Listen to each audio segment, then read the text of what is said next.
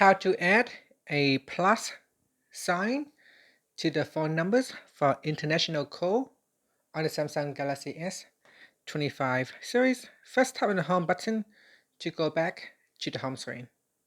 Now from the home screen, open up the phone application. Then to insert a plus sign, all you have to do is touch and hold on the 0 button on the keypad.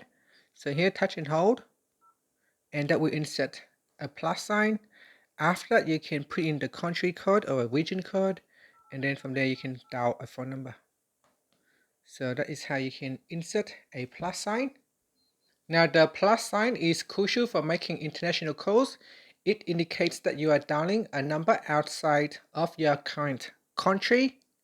When you include the plus sign, your phone automatically uses the correct international dialing prefix, ensuring your calls goes through successfully. And that's it. Finally, you can tap on the home button to go back to the home screen. Thank you for watching this video. Please like and subscribe to my channel for my videos.